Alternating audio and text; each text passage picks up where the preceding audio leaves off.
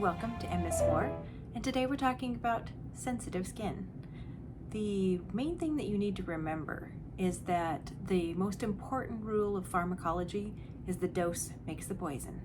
So today we're going to talk about the way to help your sensitive skin not react, and then ways to help your sensitive skin react appropriately. So first we're going to start out with the idea that sensitive skin as a term, we're going to put that in air quotes, is not a monolithic sort of term. No one's sensitive skin is really exactly like the other. This is like saying that all people from Asia are the same. And we know, of course that's ridiculous.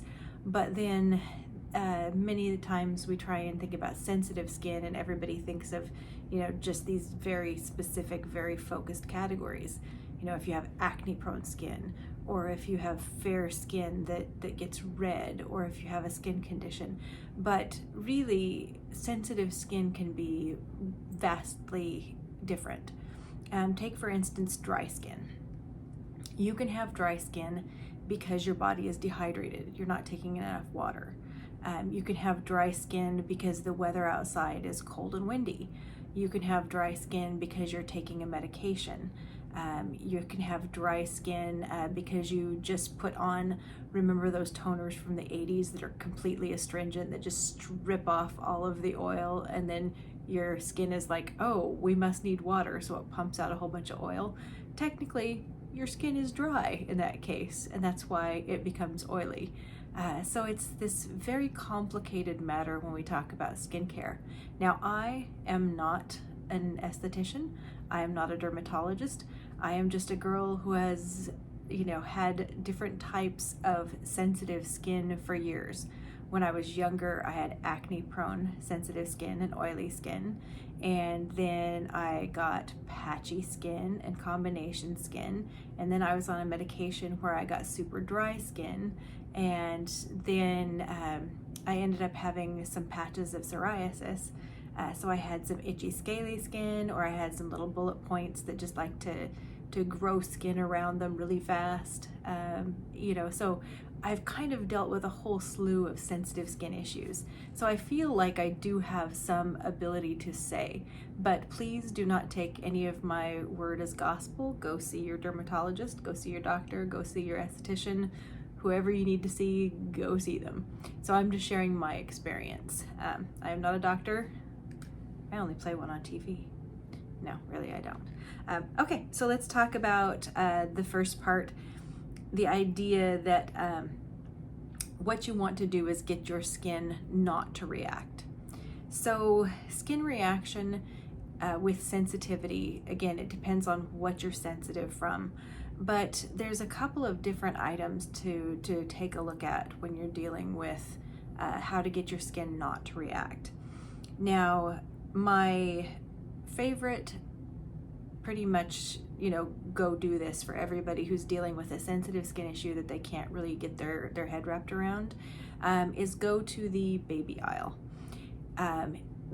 Baby products for the skin, it's a very high stakes game because brands can't be having your baby develop a horrible huge rash, or burning them or doing something like that. So most everything that's formulated for babies is extremely gentle. Oftentimes it's fragrance free, although that's not always the case. They like to put a lot of lavender and things like that in, like baby bath wash. But most of the things that are formulated for babies are very sensitive skin friendly. They also have great SPFs that are nice and sensitive skin friendly, but also give you a pretty high coverage level for sunscreen. So I know there's a lot of different brands that have both adult products and baby products. Honest Beauty is one of those. Cerave, a lot of the Johnson & Johnson line. But it's a good place to start if you find that their skin is freaking out and you don't know why. Start in the baby aisle. Again, huge high stakes for companies not to hurt your skin when we're talking about babies. All right, so then from there, the idea of not getting your skin to react. A lot of people are worried when they try a new product and they put it on their face and suddenly their face flushes. It turns like a bright red shade. Could be rage color, I don't know, but turns a bright red. Now, the rule of thumb with that is that oftentimes when you're putting something on your face, just the agitation of the skin can cause some flushing. But also some of the products that are trying to be more active can cause a flush to the skin. But all of those flushes should stop after about a minute. So you should put your product on, it flushes, and then your skin goes back to its normal color, whatever that is. Now, if it continues to be red, that means that it's caused a reaction that is continuing to agitate the skin, which is almost like a sunburn or a chemical burn, or something like that. So usually, if your product stops flushing within a minute or so, you're good to go. That's normal. If it continues to flush, then you're having some kind of reaction that may be not the greatest for your skin. And if it keeps feeling that hot or burning sensation, which you shouldn't really have too much with the flushing, you might have a light warmth, but it shouldn't feel hot, burning, itching. If you continue to have that reaction, then you need to remove the product and then apply some kind of a calming product. But other than that initial flushing, your skin should go back to its normal color relatively quickly. Now, I tend to suggest some different items for people with sensitive skin for cleansing. If you've graduated from the baby aisle, when we talk about things that you can go online and read reviews for, if a product is widely available and a lot of people will have written reviews on Ulta or Sephora or even Walgreens, you can filter by the lowest scores and read what people are complaining about. If they're complaining about a heavy scent, if they're complaining about burning or itching or clogging pores, and you can see what it is, what kind of a category that they're complaining about. And you can also see how many of those complaints are versus the raves. So if I'm looking at a product, recently one of my favorite YouTubers was talking about the Ritual Diffy Thorn Oil, and it's coming up on sale on Ulta in their 21 Days of Beauty. So I was like, and this is Teresa's dead, if you're ever over there. That's her ride or die. So I went over and I'm looking at the reviews, and there's not a lot of negative reviews, and if there is, usually it's a little heavy. It has a very significant scent to it. And so if I was going to look at that, and it's a rose scent, so I scrolled through that to find out what does it smell like? Am I going to be excited or not excited about this? And so I got more information that way, but from what I read, it didn't look like my skin was going to react to anything in it, that I just might have a problem with the scent. So one of the things that I end up recommending is the Cerave line. It's inexpensive. This is one of their more moisturizing cleansers. You can get this at your drugstores, at Target. And the nice thing about it is they come in travel sizes, which is great for travel, obviously, but it's also good as a try me. So you can try some of the items, see how your skin likes them. They come in an acne version, they come in a version for diabetics in the different skin moisturizer lines, for eczema prone people.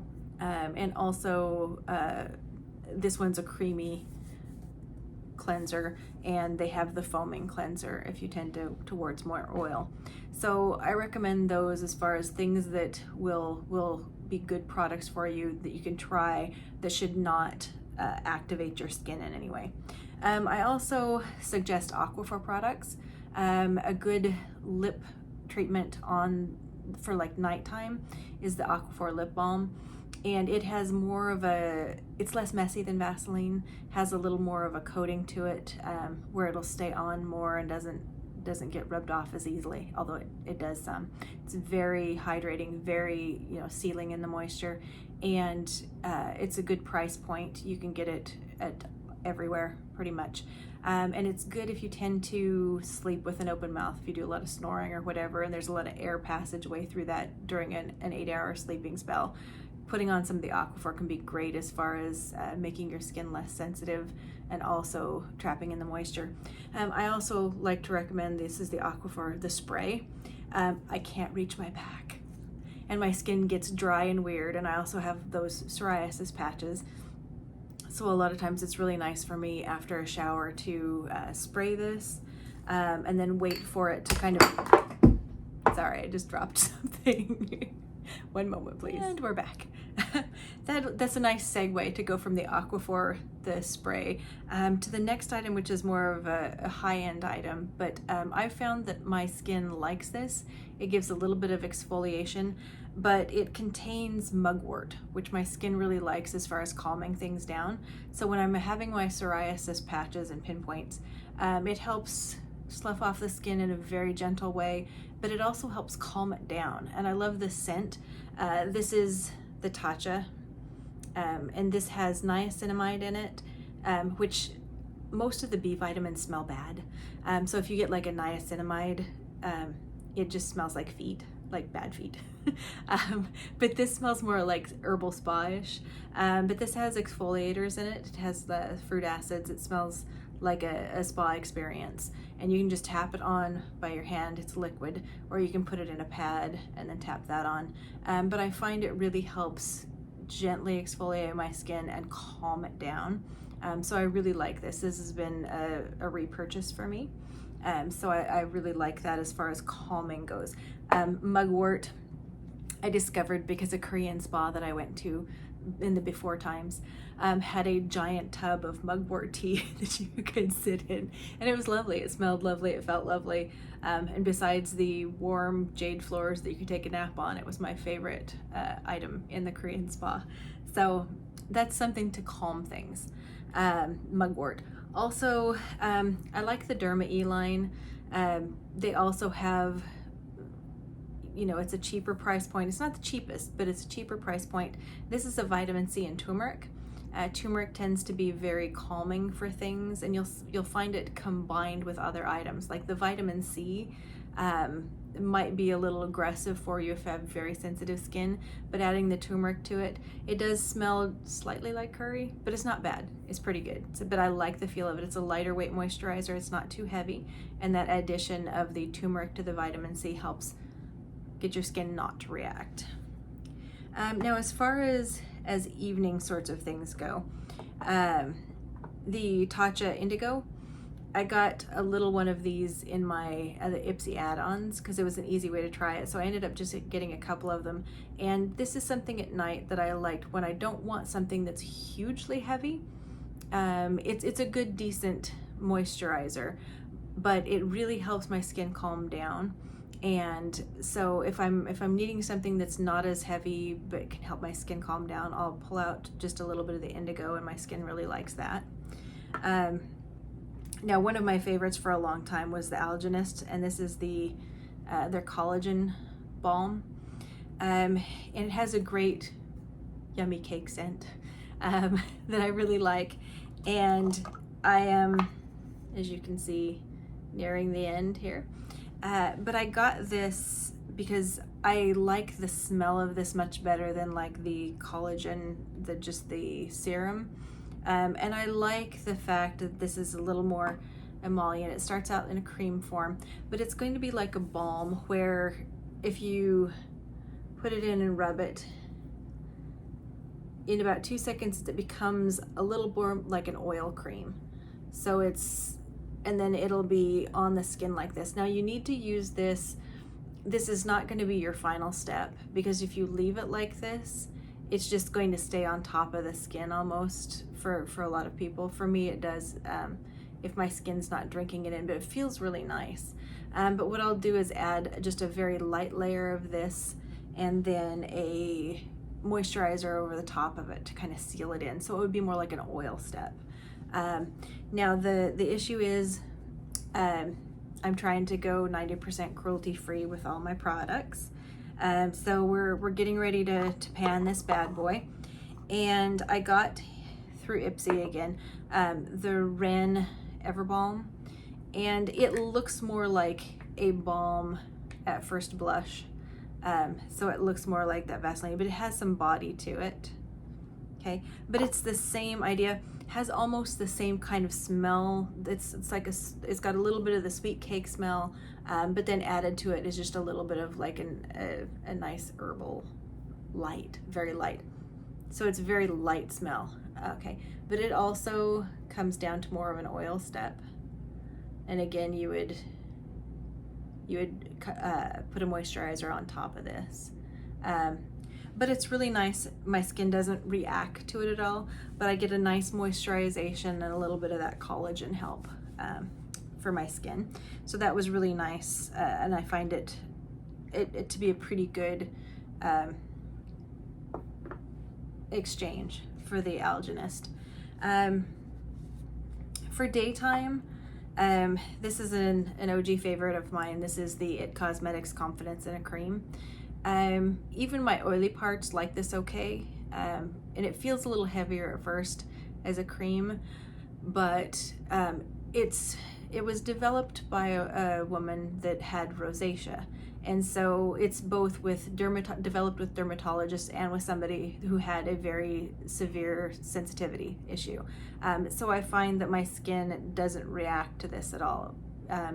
So it feels pretty good for daytime, but it can be a little heavier for some people. They do have a gel lotion that's lighter if you don't need the moisturization. But both of those products, the It Cosmetics, because it was developed by somebody with rosacea, tend to be fairly friendly to sensitive skin. I'm also testing out, this is Necessaire, this is a body cream. Just got samples from Sephora, and this is unscented. It's a nicely emollient body cream. And I'm also trying out, this is their body wash, but it does smell like eucalyptus, so this is not scent free. But these two were available as with purchase, with a minimum purchase, so I really like that. One thing I'd really recommend if you are trying to figure out and be a scientist to keep yourself from reacting, I really like the Inky List. First of all, because they feature one ingredient.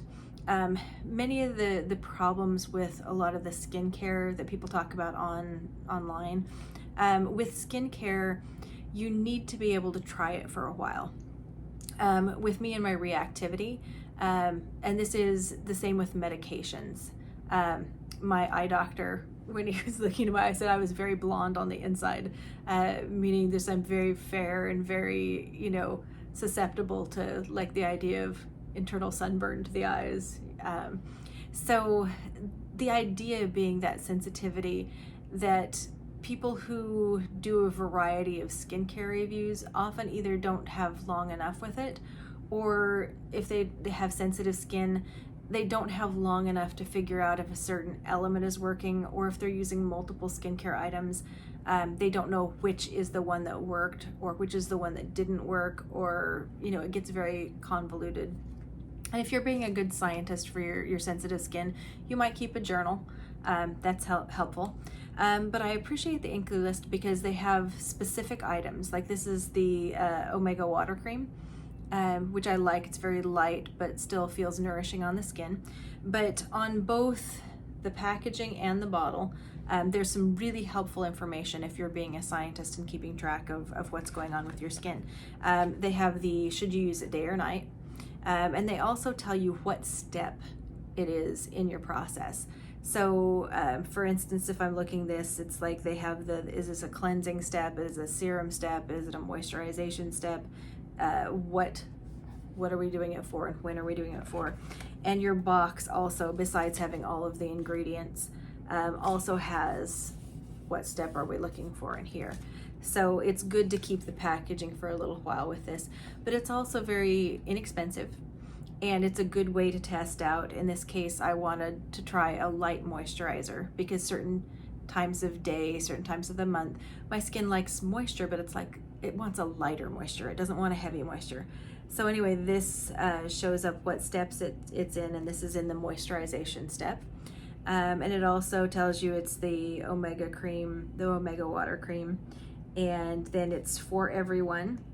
and it's formulated for all, and the idea is that it is hydrating skin and keeps it looking healthy. Yay. So there's all sorts of information on the packaging, on this packaging, but also if you throw this away, there's all sorts of that same information on the package itself. And I find that if I am trying to decide whether a specific active ingredient will work for me, this is a great way to start, because you can get the specific ingredient, try it out, and see how it works on the skin. And you're not doing a huge, you have to have a mega haul to be able to play with your skincare ideas. The other thing with getting things to react appropriately, if you want to say you've stopped your skin from reacting, you're not breaking out, or you're not burning your skin, or you're not doing anything of those, is then that you want to have some skincare benefits. And so you're wanting to use more actives. And the thing with sensitive skin is you're trying to activate it appropriately. And so for me, if I'm going to react to something immediately, I know, okay, it's not for me. But then I also have this idea of either long-term or a toxic load. So for me, and this is with medications as well, in about 5 days, I get to a point where my skin or my body will react to something. And so I have that kind of time clock worked out for my specific skin and body. If it doesn't react immediately, check in 5 days, and it depends on if I'm using it every day. Now, if you're not using it every day, you might not notice, because like some people have a slight coconut allergy, they won't notice it day 1, but if they have day 2, 3, and 4, day 4, they're having breakouts. So if you were mixing a whole bunch of new products, you wouldn't necessarily know if you had developed a coconut allergy, and people do develop allergies. So I wanted to share, this is the Cerave Resurfacing Retinol Serum. Now this is an encapsulated retinol, so they're trying to do like a buffered, like aspirin is buffered to help your digestive system deal with it better. And that doesn't mean that it doesn't cause things, just that it's less things. So I had tried this out because I had gone through and looked at the reviews, and not too many people, there weren't too many negative reviews as far as people having, massive reactivity to it. So I got it home, and the first thing I did was a patch test. I used this skin on my arm to do a patch test. And if I can go to a Sephora and do a patch test for something beforehand before I buy something, I try and do that if it's an active ingredient that's supposed to be doing something, because this skin here is supposed to be as close on your body as to your neck and your skin. So you do a patch test and then you just wait. And I didn't have any reactivity on that. So then I could do like a little bit here, like a little bit of neck, a little bit of face, because sometimes your neck will react to things that your face doesn't. So I did a little reactivity test here, nothing. So then I did the whole thing, and it was fine. But I don't want to use it every day, because with me, a lot of things, if I'm using it every day, that adds up. And then some things you can hit a toxicity load. Meaning that if you're wearing it every day for 30 days and then you start reacting to it, and it's not going to be something that you'll keep reacting until it's out of your system if you stop it. So you've kind of reached a toxicity level, and only you are going to know what that is. One thing that I'm trying out right now is the moon fruit from Herbivore, and I got this little sample, and this has been good. It's a decent sample size, so I've been testing it to see how my skin reacts to it. It's a bakuchiol, so it's a retinol alternative. So it's plant-based. It's supposed to be a little less reactive to the skin. So far, so good, but again, all of your results may vary. I also got a Nova sample from them. This is the vitamin C, but I'm holding off on this because, again, I don't want to be testing multiple things and then going, oh, it didn't work, or I reacted to it. So once I finish with this, then I'll go for the vitamin C. This also has some turmeric in it to calm things, but it smells different than the Derma-E moisture. It smells a little less of the turmeric, that root, woody sort of scent. So other things to think about. I know from working in fine fragrance, no matter how awful and terrible some of the fine fragrances smelled, I never had a reactivity to it. But when I would go, one of the places that I worked had the fine fragrances, and then they had some more reasonably priced fragrances, I guess you could say. But I ended up having a lot of reactivity to those fragrances because there were a lot of synthetics added to it, a lot of fragrance synthetics, and other agents that they used as far as to, you know, you have your fragrance aspect and then whatever you're combining those with. And whatever the reason, his heart or his shoes, every time I walked into that section and had to work in that, I would just, my nose would be dripping, I'd be sneezing. You'd think that I would be standing out in the middle of a hayfield, because that's the other thing that I'm allergic to. But it was really bad. So with me, fragrancing is not always an issue. For some people, you know, no fragrance is good, but for me it's a quality fragrance, it's a non-synthetic fragrancing, and it depends on some I just don't like, so I get annoyed when brands put fragrance in makeup. Dior, I'm looking at you, also some of the Chanel and the other ones, and I know Danessa Myricks has come out with a new unfragranced version of some of her products, which I think is really good. So it doesn't necessarily mean that any fragrance is bad. It depends on how it's made, what it's made of, and how, if your skin reacts to whatever that is. Because the opposite of that, fragrance-free, is often not fragrance-free. It has a fragrance. And also all natural things are also not, you know, non-reactive and safe. The ladies in the way back used to put drops of belladonna in their eyes to make their pupils widen, so they would be perceived as more seductive because their pupils were wide like lust. And belladonna is toxic, but we do get the, you know, we go to the eye doctor and get our pupils widened from things like that. But again, toxicity level, belladonna is all natural, but maybe not great to have. You know, at least again, the dose makes the poison. And so if you are reactive to certain things, one of the things I would suggest is there's a difference. You can cut or mix your formulations. If you find that something's too heavy or too comedogenic, that it's clogging your pores and it's not making you feel good, but you need a level of moisturization, you can layer things, light layers.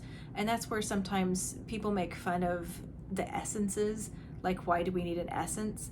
But sometimes just that very light layer and then another light layer and another light layer that your skin reacts well to is a better idea.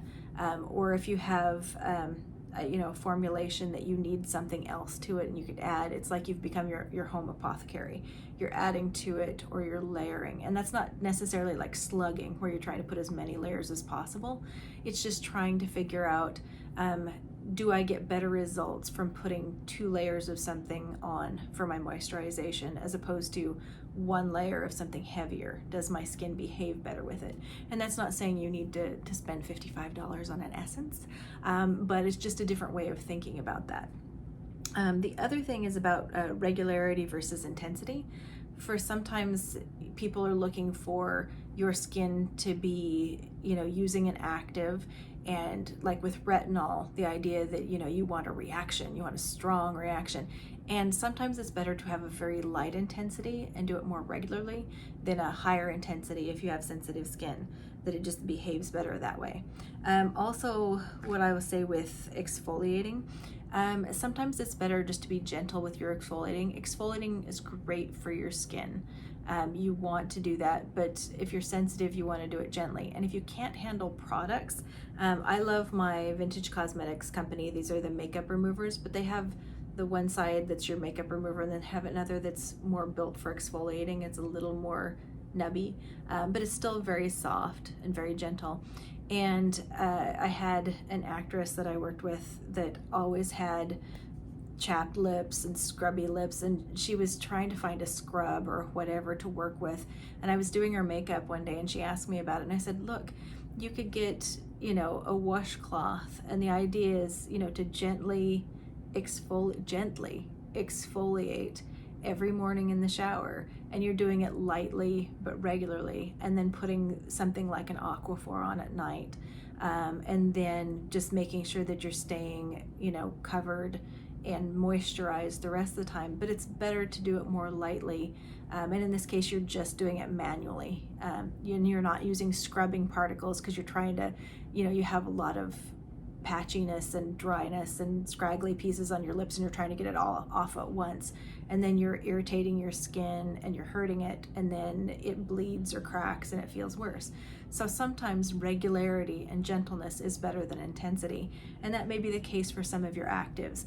You may get an active and you want to cut it with something else that your skin likes, or in the case of like with the vitamin C, you have the turmeric with it, you have an addition, so that it likes it more and is more relaxed.